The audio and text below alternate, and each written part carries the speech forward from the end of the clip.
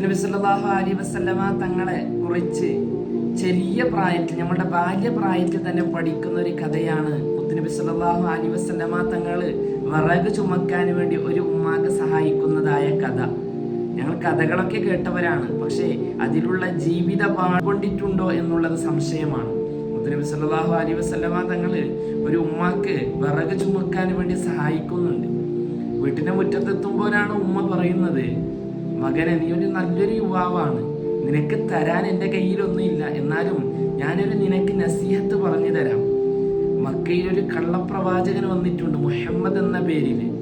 അവനെ നീ പിൻപറ്റൂടാ, അവനെ നീ അനുസരിക്കരുത്. എന്തെന്ന് വെച്ചാൽ അവന് കള്ളനാണ് എന്ന് മുത്തുനബി സല്ലല്ലാഹു അലൈഹി വസല്ലമ തങ്ങളുടെ മുഖത്ത് നോക്കി പച്ചയായി പറയുകയാണ്. ഉമ്മാക്കറിയുകയില്ല. അപ്പോഴാണ് മുത്തുനബി സല്ലല്ലാഹു അലൈഹി വസല്ലമ തങ്ങൾ പുഞ്ചിരിച്ചുകൊണ്ട് പറയുന്നത്, ഉമ്മ, ആ മുഹമ്മദ് ഞാൻ തന്നെയാണ്. ഇസ്ലാമിനെ കുറിച്ച് പഠിപ്പിക്കാൻ വേണ്ടി വലിയ പാഠങ്ങളൊന്നും വേണ്ട, ഈ ഒരു ചെറിയ കഥ കൊണ്ട് തന്നെ മുത്തുനബി സല്ലല്ലാഹു അലൈഹി വസല്ലമ തങ്ങളുടെ സ്വഭാവം എന്താണെന്നും ആ മുത്തുനബിയുടെ ജീവിത ശൈലി എന്താണെന്നും മറ്റുള്ളവരോടുള്ള പെരുമാറ്റം എന്താണെന്നും ഞങ്ങൾക്ക് പഠിക്കാൻ സാധിക്കും. അത് ഞങ്ങളുടെ ജീവിതത്തിൽ ഉൾക്കൊള്ളാൻ സാധിക്കും.